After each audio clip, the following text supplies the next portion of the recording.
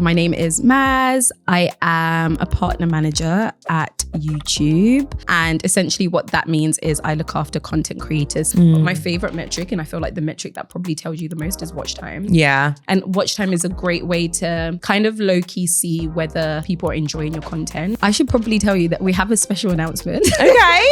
Heard it here first, guys. Got an exclusive. Exactly. We're actually opening it up for smaller creators to be able to generate revenue. Okay. Yes. So basically to be able to monetize on YouTube, you needed like 1,000 subscribers, 4,000 watch time hours.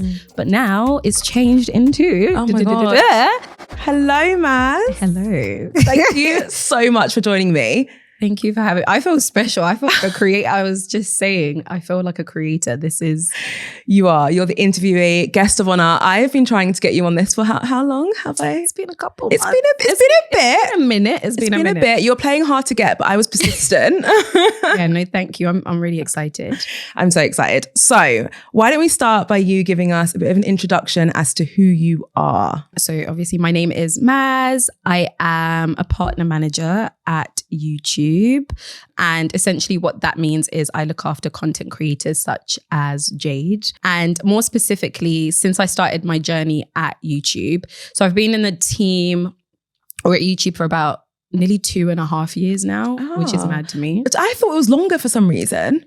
Well, I guess when we speak about my journey, you understand why it's longer. So I've been in Google longer. Okay. But YouTube side about 2.5 years now. Okay. Because that means when we met, you hadn't actually been on the YouTube side for very long. Because I feel like I met you in you were like... second year, right? Yeah. Yeah. I think because I started in Black Voices Fund. I had to up it up real quick. Right, okay. So yeah, but yeah. I probably would have been like nearly like a year and a bit. Yeah. So take us back, like how did you get that job? Because obviously we're going to talk a lot about YouTube, but I feel like your job is what a lot of people would dream of. Yes. So like tell me how you got that job. Okay. So how I got it was, I feel like my journey was a bit of an unconventional one. Okay. I'll say this, especially like coming from like a Black background, an African background at that. Yeah. So after college, I did college. I basically said to my mum, look, I don't want to go to university because I don't know what I want to do. Because I kept seeing like loads of people that would come from university and they have these big degrees and then not utilize them. Yeah, big degrees, lots of debt. Yeah, and the debt as well. I remember at the time that literally wasn't even in my mind, but I was like, like I just don't want to do 3 years and not use my degree. Yeah. And then when I finished college, I think I took a gap year. I say it was a gap year. It was like, it was just over a year I went to Zimbabwe. I went, for quite like for a minute. And then I came back and just started networking. So I've always been quite like a talkative, a talkative person. And I always loved like hearing from like people within the industry. So I used to do acting like when I was young. Oh, I never knew that. Yeah, I was in Skins. Oh my God, multifaceted. She's talented. Yeah. So I used to like, I knew I wanted to be in the creative industry. So luckily for me, because I had the background of acting and like being around like people within the creative industry, a lot of people, when I used to ask them about like careers and I was like, oh, you know, I'm finishing college, what do I do? Yeah. They were like, go to networking events, just get to know people because it's all about who you know. All about who you know. And that stuck with me. And I was like, okay, cool. So I used to go to like networking events. I grew up like in Brighton area. So I would come to London like every now and then and like go to networking events. And then through that, I met someone and they basically said to me, why don't you trial like apprenticeships? And I was like, okay. And I started searching. And then I did an internship. So the first bit of like exciting thing that I did was an internship in a creative agency. I don't know if you know Poke Publicists. No. So they create like loads of ads for big companies and stuff like that. But it's quite like a well-known agency. And at that time, obviously I'm still dipping into it. I didn't know anything about it. But basically they did a workshop and then they picked a few young people at the time to then do an internship with them for like a month. Yeah. And this internship, honestly, Jade, it was amazing. From someone that's just come. Really? I never hear people say that like their internship was amazing. It was sick because not only did because basically what they wanted a young voice for like this campaign that they wanted to pitch to this brand, a really like big brand. So at the time we got to work with like account managers, we got to work with production, the creatives, and I got to learn about like all these different things that come into like making an ad, the process of it all. And they really valued your opinion because they were trying to tap into Gen Z and obviously being Gen Z. Are you Gen Z? Girl, I am Gen Z. Oh, I feel so old. As if you're Gen Z. Yeah, you're not. No. I was like, you're not. No, I'm not. I'm a millennial. I'm a young millennial. Yeah, I'm an older Gen Z. Okay. Well, if that makes it any better, I'm an older Gen Z. I literally just made it through the thingy, but I'm claiming it. I would too. Yeah. So yeah, we did the internship. And then after the internship, they said, oh, you know, like, would you want to apply for a Google apprenticeship? I think that at the time everyone had applied and it had come to interviews. Right, yeah. So they managed to like slip me in early. And funnily enough, I joke around, like at the time I was like to my mom, I don't necessarily even want to work for Google. Because at the time I thought it was a tech company. I just thought tech and I was like, ugh. I get that though. I feel like when you're not in the industry and you think about people who work at Google, I just imagine someone sitting there like coding. Obviously now I don't think that, but I would have thought that before 100%. Yeah. So at the time I was like, tech? Yeah. But then they started telling me about, you know, there's like YouTube. When I tell you I was so naive at that time, I was like, they own YouTube. What? This is where, okay, cool. Like, and then did some interview and then luckily enough, I got into the apprenticeship. Yeah. And I think the difference for me and like thinking about like the journeys of other apprentices within my cohort, from the get-go, I said to my mentor and manager, I want to work at YouTube. That's where I want to be and that's it. So luckily enough, I was so blessed because I had like the best she started off as like a mentor, then became my manager throughout my journey. But anything like YouTube related, she's like, yeah, we're slipping Maz in there. Yeah, we're slipping. So I got to actually work really like with like the YouTube team, selling YouTube as like an advertising platform from like the salesy side, which was amazing. So I got to actually experience it and learn more about the platform from that. And then after the apprenticeship, how long was this apprenticeship, by the way? So the apprenticeship was 15 months. Okay, that's a lot. That's a while. And I moved to London. Oh wow! Yeah, I think I was 19 at the time. I moved to London. My gosh. Okay, it was mad. It was a lot. It was, but it was amazing. I was like, they got free food here. Yeah, no wonder you moved. You're like, this is breakfast, lunch, and dinner. I was like, yeah, this is exciting. So yeah, and then after my apprenticeship, I basically did a few interviews and managed to get a role as a partner manager. But I knew that's what I wanted to do from the get-go, from when I had a few talks and chats with people. Yeah. I think the Google culture is very much like, let's go for a coffee. Let's networking. And again, that key, like networking, who you know, and like little things that really talk me through how you were so confident at networking. You must have been like, what, 17, 18 at the time when you were going into London by yourself to go to these events and just network? I think because, again, of that acting background. Right. So my mum and me used to go to London for like auditions and stuff like that. So it was it came to a point where my mum was like, look, you know London at this point, go. Yeah. You can start going by yourself and stuff like that. And because I had that confidence, it's funny when I think about it because I feel like I was way more confident. Now networking events make me like... a bit, yeah. They've always made me feel like that. That's why I'm so impressed that you were doing that at such a young age. But I guess sometimes when we're younger, we're quite naive. And it really helps us through life. Yeah. Now I have like apprentices like from other cohorts that talk to me and I'm like, guys, you are young. You have, like, if you said something dumb, the first thing they're going to be like, oh, they're young. They don't. Like use that to your ability. Yeah, and you can't do that forever. Cheeky with it. Like, you can, And I can't get away with that now at the age of 30. Someone will be like, hun, you're 30 years old. You should know that's not a thing. Maybe you shouldn't do that. But at the time, it worked to my advantage. Yeah. But that was my journey. So it's interesting. Like, it's a different experience, but it was one worth having, I guess. No, it sounds so cool. And look where you are now. So what do you do as a strategic partner manager? Like, what's your day-to-day role? My day-to-day. So I guess, as I said, as a strategic partner manager, what we do is we work with top creators on the platform, and we'll help them with like strategizing content. So things like content strategy, performance, and just overall act as like a YouTube expert. So any updates, any things that they should know.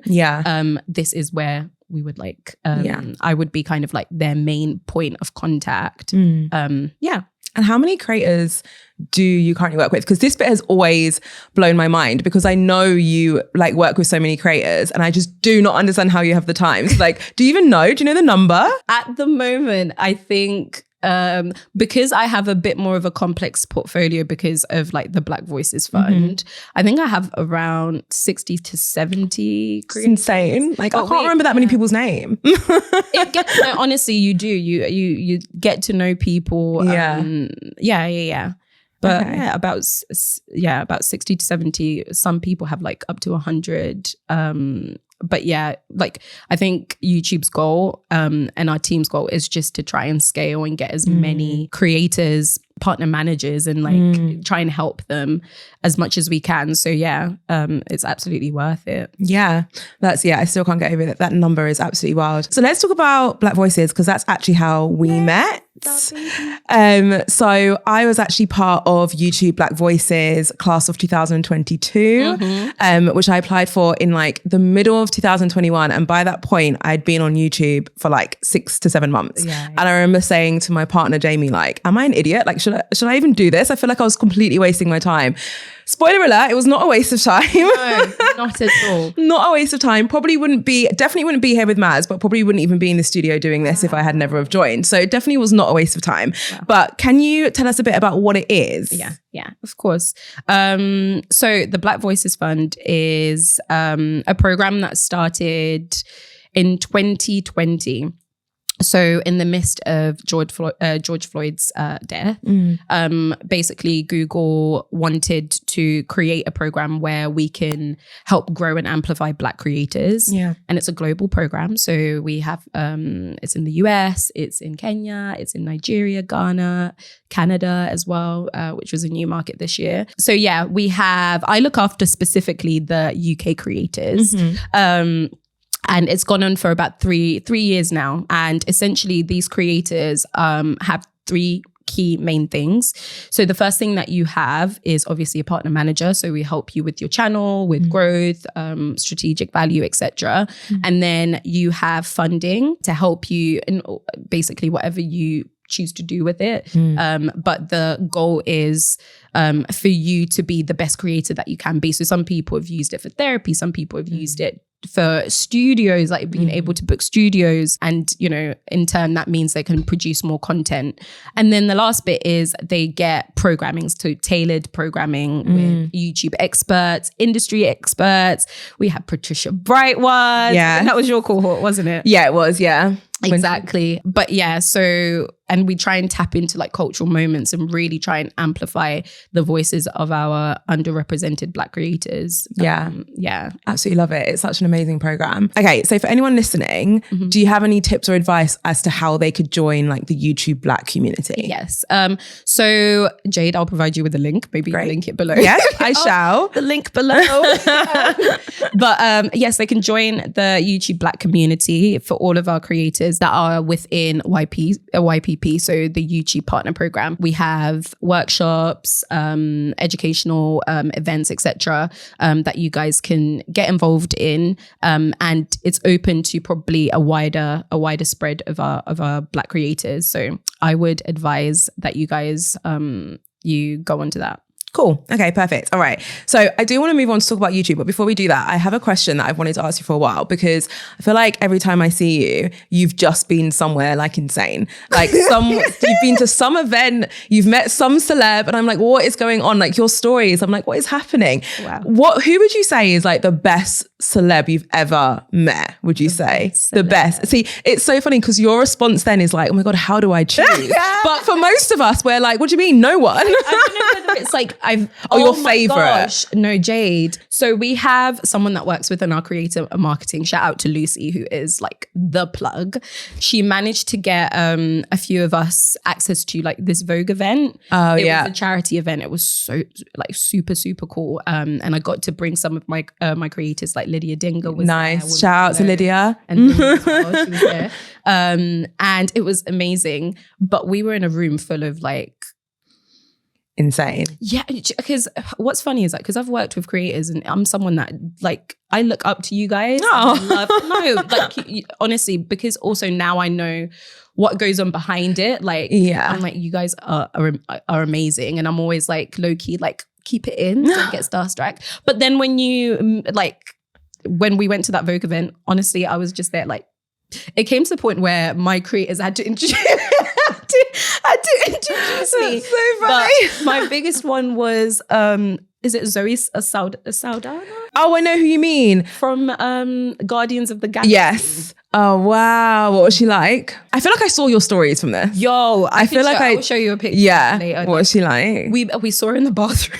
We saw her in the bathroom and she was so lovely. She was like... Oh, good. I was nervous then. I was like... Yeah, she was like, oh, do you mind holding my lipstick? I was like, yeah. Oh, like, yeah, of course. I'll hold anything, hon. I will hold anything you want. I will. I held onto her lipstick and she like was telling us about Scratch, the movie that she just had done. She was so lovely, but in that room was like... There was like Naomi Campbell. Oh my God. Victoria Beckham. Like that was probably the biggest. Wow. On the guest list, there was also, who was it? It was Leonardo DiCaprio, but he wasn't there. But that's probably like. I don't know if I could have done. I don't know how I would have remained composed. Yeah. And I got to have been a wreck. Which was nice. I love her. Yeah, exactly. So that was like probably even like within my career, I'm like, I can't believe highlight. Get to do these things. Yeah. So unfortunate. Like honestly, it was the best. That's probably that was all of them in one. I can't even say it was just like one of them. Yeah. Oh my God. Insane. Cool. Insane. Okay. Well, if anyone's listening and they want to go to similar events, you now know how to get Maz's job. So watch out, Maz. And I'm joking. All right. Let's talk about YouTube. If someone's listening, and I'm sure there are plenty of people listening who are thinking, okay, I want to get started on YouTube, or maybe they've already started and they just feel like they're struggling to get some momentum and they're just trying to figure out how to really start on the best foot possible. Like, what would you say to them? I think because actually, though I said I work with like top creators, Black Voices Fund is a mixture of all types of creators. We have like maybe your big, like your Harry Paneros, your Young Phillies, but we also have like smaller, more like the ones that are growing, those types of creators. And I think the common thing that I have seen is just like establishing like your branding, establishing what it is you actually want to do on the platform. Yeah. Because I think even as a vlog creator, when you just want, it's just lifestyle, it's just thingy, but you kind of have to have like your little thing about you, because later on down your creative journey, you're going to want to work with brands, you're going to want to get sponsorships. But the only way that you're going to be able to do that is if they have like kind of like a vision or an identity of who you are. So I guess for you, Jade, it would be like, Jade is a content creator first, but she's also like a marketing genius. Like, I always come to you for tips. I'm like, I just made that up. I saw it on Jade's YouTube channel. But yeah, so I would say maybe just really establishing your niche or your branding. And then the second thing is being consistent. I think some people try and then it doesn't work. But being consistent means like you continue trying, but also analyze like what's working and what's not working, like analytics.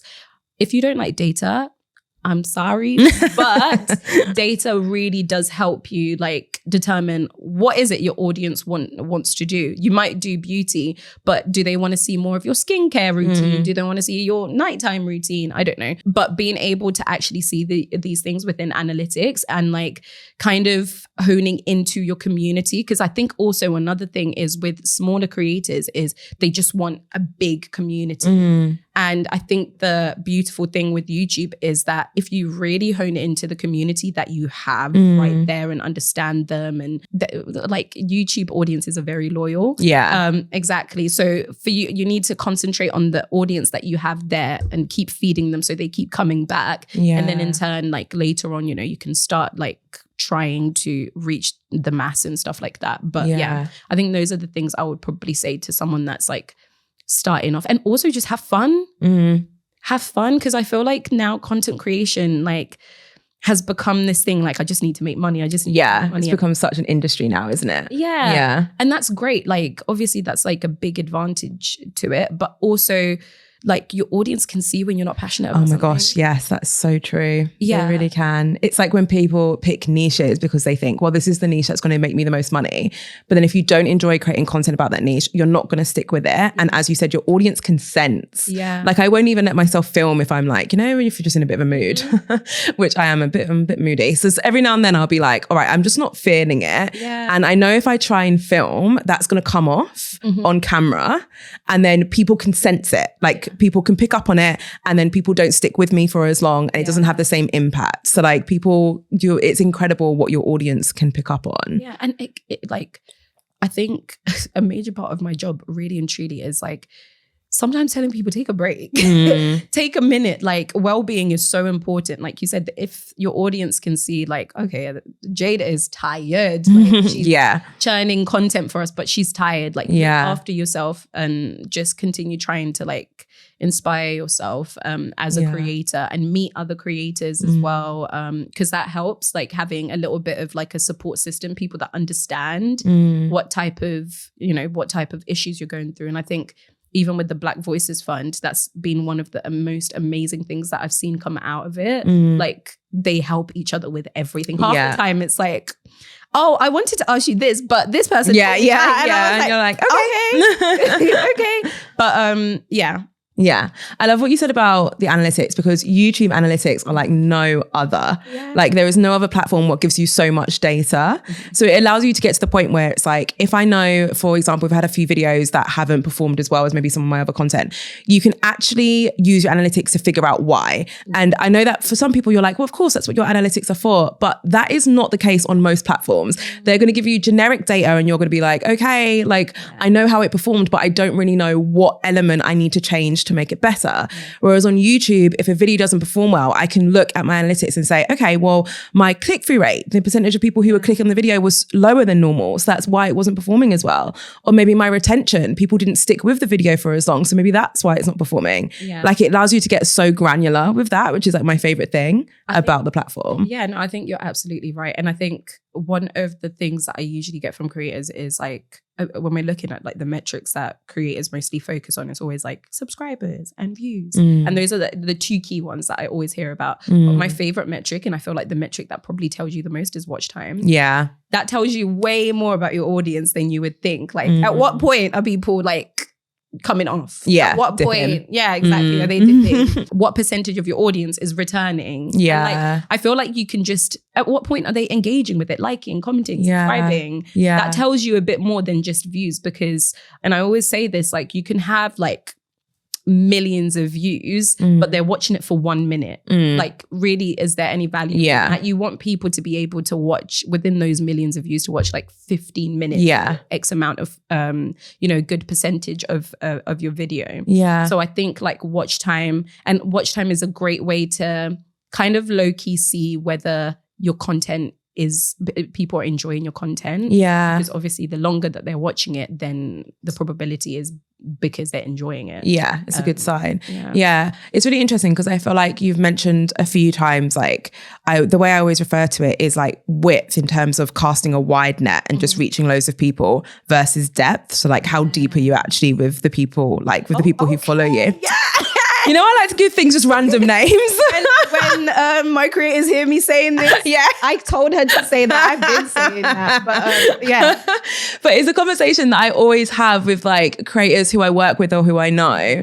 It's always that conversation of like, which one should they be focusing on? I personally always prefer to focus on depth, but I always think there is a balance between it. I think where it goes wrong is if you're focusing on width. Yeah. Like if it's just about the wide net and there is no close bond there, then that's when you can actually get in trouble. I actually had a conversation with someone recently who was telling me he has like a huge audience, like hundreds of thousands of people subscribe to his channel. And he was talking about the troubles he's having with like monetizing. Okay. And he was trying to release like merchandise and stuff. And he was saying that he's just having trouble because people aren't buying it. And I was like, I feel like this is the width versus depth conversation. Because yeah, you've got the huge audience, but how connected are you with the people in the audience? Exactly. You know, so you kind of need to balance the two. But yeah, I thought that was just a really interesting point that you raised. Yeah, and I'm glad that we're in the same thing. But yeah, it definitely is. The more, like, honestly, like even as simple as like responding to comments, that's a form of engagement. Yeah. Things like live streams. I always think, because not everybody like wants to do like a live stream. I always say like premieres are also a really great way of like doing a live stream, but you're also able to like communicate. You know, like we're watching it together. Yeah. And, you know, you can communicate with your audience. But yeah, I think you're right as well. Yeah. That's what I love about live streams, isn't it? Because it's like the only time where you can actually speak with people in real time. Yeah. You know? They usually drive the conversation. Yeah. Because a lot of the time, like you can organize and have low key, like a little script for your live stream, how you want it, maybe a topic that you want to talk about, but you're going to be influenced by the comments. You're going to be influenced by what people say, and the conversation may go elsewhere. Yeah. But really what you're doing is you're spending time with them. Yeah. You're getting to know them, getting to know your audience. Yeah. Which is going to help you as a creator when it comes to content creation, understanding, you know, like a few of them, or even things like the community tab. I always say to creators when they're like, I'm struggling with content strategy. I've used Google Trends. I've used Insights Finder and I'm just not finding anything. And I'm like, have you asked your community what they want? And they're like, no. Like, use a community tab and YouTube. Yeah. That's a great way to find out what they want to see. Yeah. And I think I just read that that's now available to everyone now, right? It is. Good news for everyone. Okay, so let's start talking about some money. Yes. Let's talk about money, earning potential on YouTube. Another reason why it's one of my favorite platforms. Also, guys, I'm not just saying this. And if anyone has listened to my content before, you'll know I genuinely, this has always been one of my favorite platforms, if not my favorite, long before I even started working with you. So yeah, one of the main reasons is because there are so many opportunities to monetize your presence and your content on YouTube way more than there are on other platforms. So can you start by giving us a bit of an introduction as to how you can actually earn money on YouTube? Yes. So basically the more commonly known way of making money on YouTube is through ads. Right. So basically ads running against your content. But there is also something we like to call fan funding. And this is essentially usually once you've been a bit more established on the platform, you are eligible to have fan funding features such as like super thanks and super chats and super stickers, and you can monetize like through live streams with super chats. So, there's so many supers. So super chats is basically where a chat can be, so your audience can pay to have like a chat pinned against your content, whether that be a live stream, a premiere as well, and then super stickers is the same thing, but they get like an exclusive sticker that they can also have against your video on demand content. And then there's super thanks. So super thanks, think of it as it's always on. You don't need to do anything. All you need to do is just switch it on. With super thanks, it's a way that your audience can show gratitude, so they can put a bit of money, whether that's £2, £5, etc., against your videos. So it's just like literally at the bottom of your I'm like imagining the YouTube thing. It's at the bottom of your video. They can just show a bit of gratitude. But these are different ways that people can make money on YouTube beyond ads.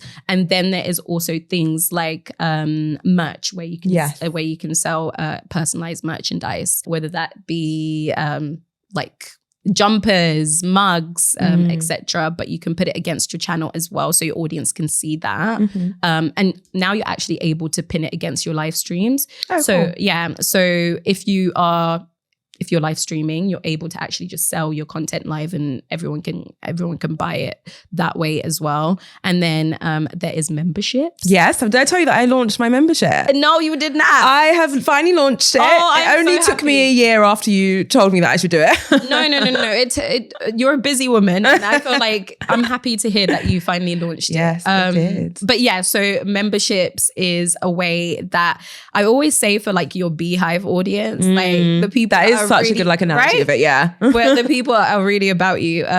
If they want to like basically subscribe to a monthly subscription of perks from you, what are some of your perks maybe? The whole concept of mine is called Behind the Business. Okay. So every now and then, if I do like the odd vlog and stuff, I want to dive deep into some elements, like the real numbers behind like how my business is doing and stuff like that. But it's not necessarily the most appropriate thing to put on the internet to thousands of people. So I do one bonus video every month, and it's like vlog style, and I will take people literally behind the scenes, and I will show them like all the data and all that kind of stuff. Oh wow. So it's for people who are like really, really keen to see that side of it. And also like more personal stuff as well. So I love that. Yeah. You should be on our membership. That's amazing. But with that, actually, since we're talking about memberships, I should probably tell you that we have a special announcement. Okay.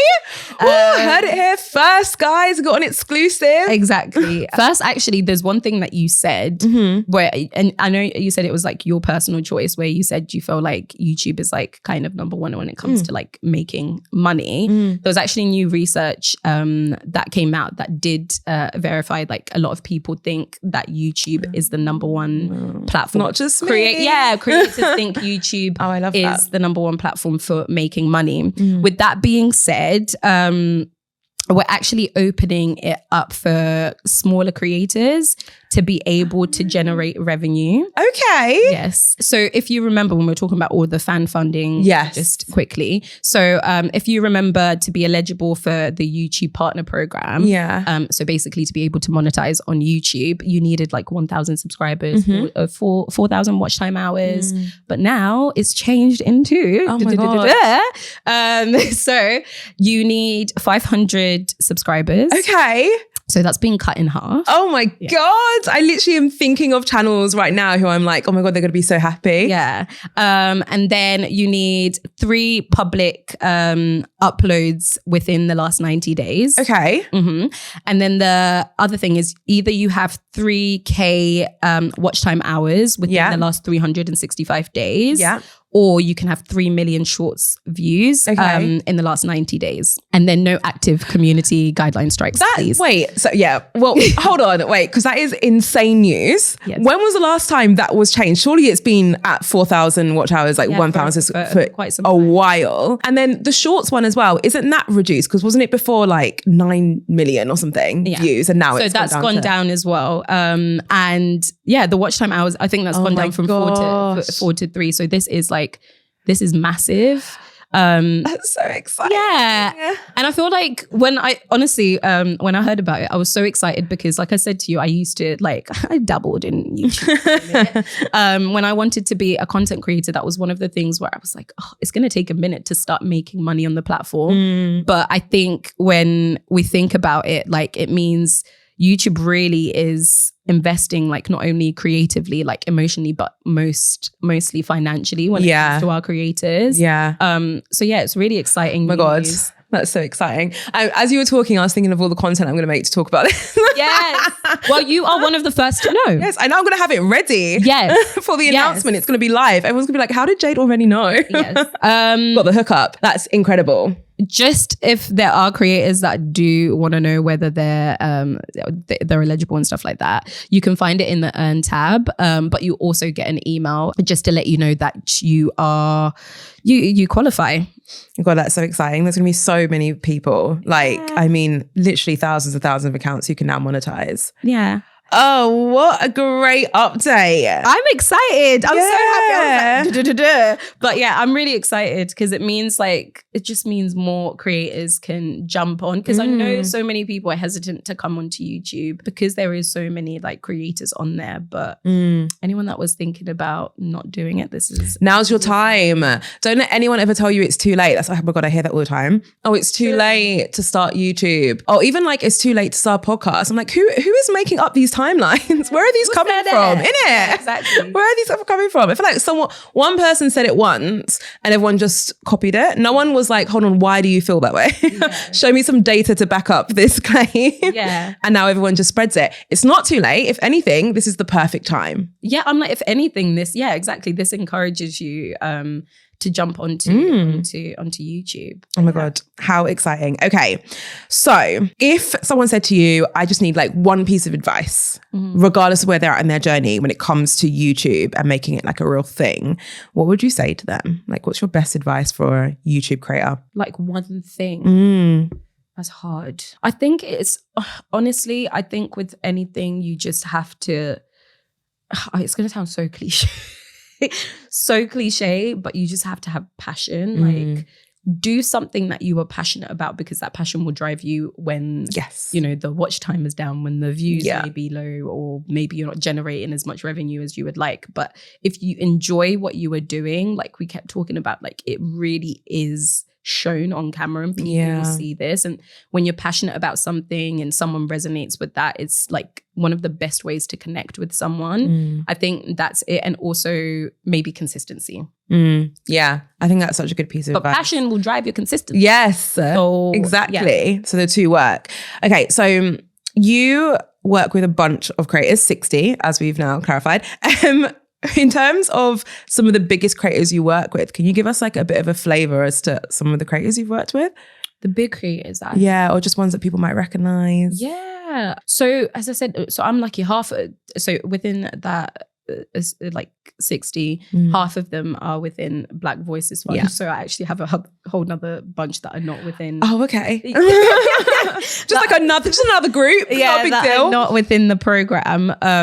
But let's say within BVF, I've worked with, I don't think he was in BVF actually, Michael Dapper. Oh, wow. I still have Michael in my portfolio. Harry Pinero is a big one. I'll add you in there, Jade. Obviously, same level as Harry, of course. The impact that you have is just as big. Who else? We've worked with, I have Nella in my portfolio as well. So she actually did, when we did a creator day for the Black Voices. Yes, I remember this. Yes, exactly. So Nella was there as well. That was amazing. I'm just thinking of the ones that you guys might know. Yeah, I feel like those are the big ones. Outside of BVF, there's like Imogen. I don't know. Oh, yeah. Yeah. Oh, cool. Imogen's like so sweet. So I've worked with Imogen. I had Anna Bay, which was like, I think when I first started, oh wow, she was in my portfolio, and we actually reached 1 million subscribers. Oh wow, yeah. Oh my God, that's sick. So that was exciting as well. But yeah, those are a few of like, there's probably more that I just haven't named. I mean, there's so many. No offense, guys. Yeah. But yeah, I have like, honestly, I always say this, especially like because of BVF, I feel like I have the best portfolio ever. Like, yeah. Like unmatched. Would you say the people you've just named, do you think they have any common traits?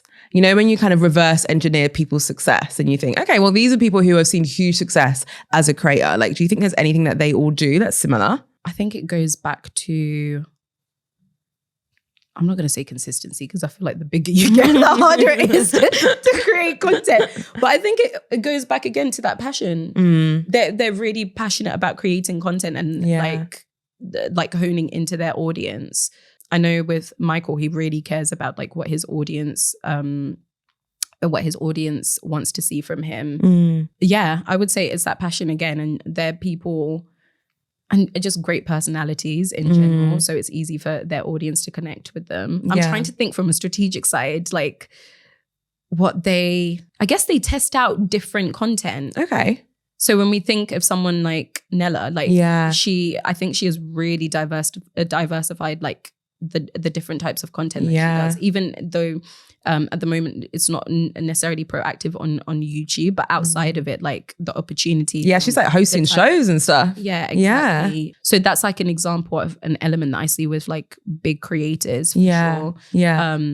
Yeah. And I feel like a lot of them actually really study the platforms that they're in. Yes. Yeah, yes. Exactly. So understanding, like, as much as we hate analytics, but understanding, or if it's not them, they have teams that really like, immerse themselves in it. Yeah, I couldn't agree with that more. I was talking to someone the other day and they were like, you know, we were talking about, I think must be talking about YouTube, but specifically like the analytics and stuff. And they were like, okay, so I can just like copy and paste this to like another platform. And I was like, no. None of them are the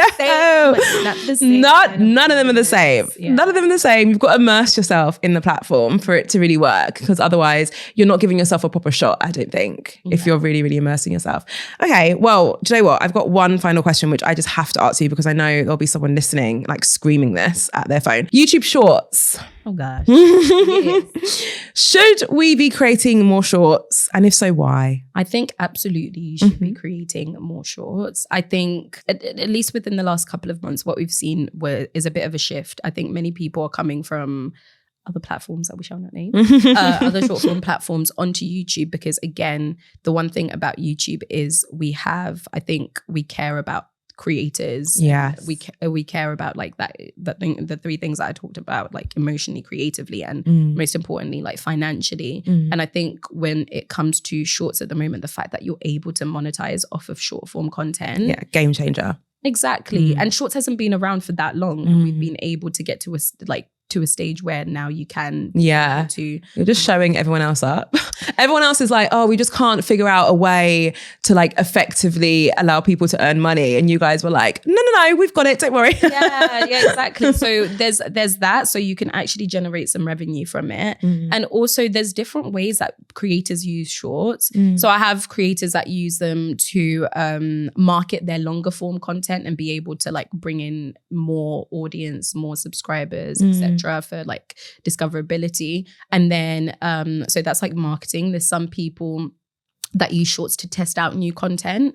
So if they're worried about creating, you know, like long form content, they'll test it out on their shorts and see how people actually engage with it, whether people like it, etc. Yeah. And I think also it just takes a minute. It's that you just have to be consistent with it again. Yeah. It's like when you first start YouTube, like with long form, you still have to be consistent. It's the same with short form content. Yeah. Just take your time, use your analytics, again, understand what your audience actually wants to see from you. But yeah, I think definitely from a revenue standpoint, and then from a content strategy standpoint, like there's different ways that you can use it. Yeah. That's how I would, if I was a creator, I would use shorts. Perfect. Okay.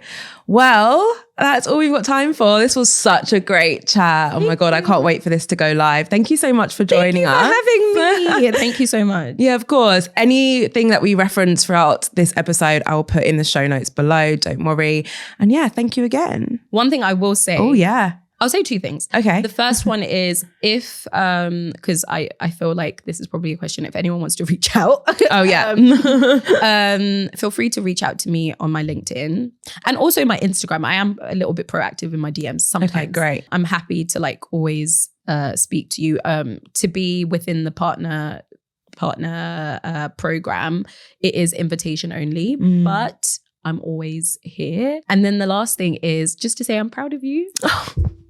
No, honestly, I'm so proud of you. Thank you. See like your growth from when we started and you were on the platform. Honestly, you've done amazing. I feel like even when we work together, half the time I'm like, Jade knows all of this. I'm like, Jade knows all of this, and you're a pro, and I'm excited to see like what happens next for you. Thank you so. Oh God, what guys? That wasn't planned. No, of course. In the brief, in the brief, she told me you must finish with a compliment. You must. No, I mean it. Like honestly, everyone, like you know, the way we've worked together and you've met so many people, everyone always raves about like Jade, you're amazing, and I hope you know that, and I hope that like continues to like motivate you. Well, thank you. God, what a great conversation. Thank you so much. You're welcome. Thank you.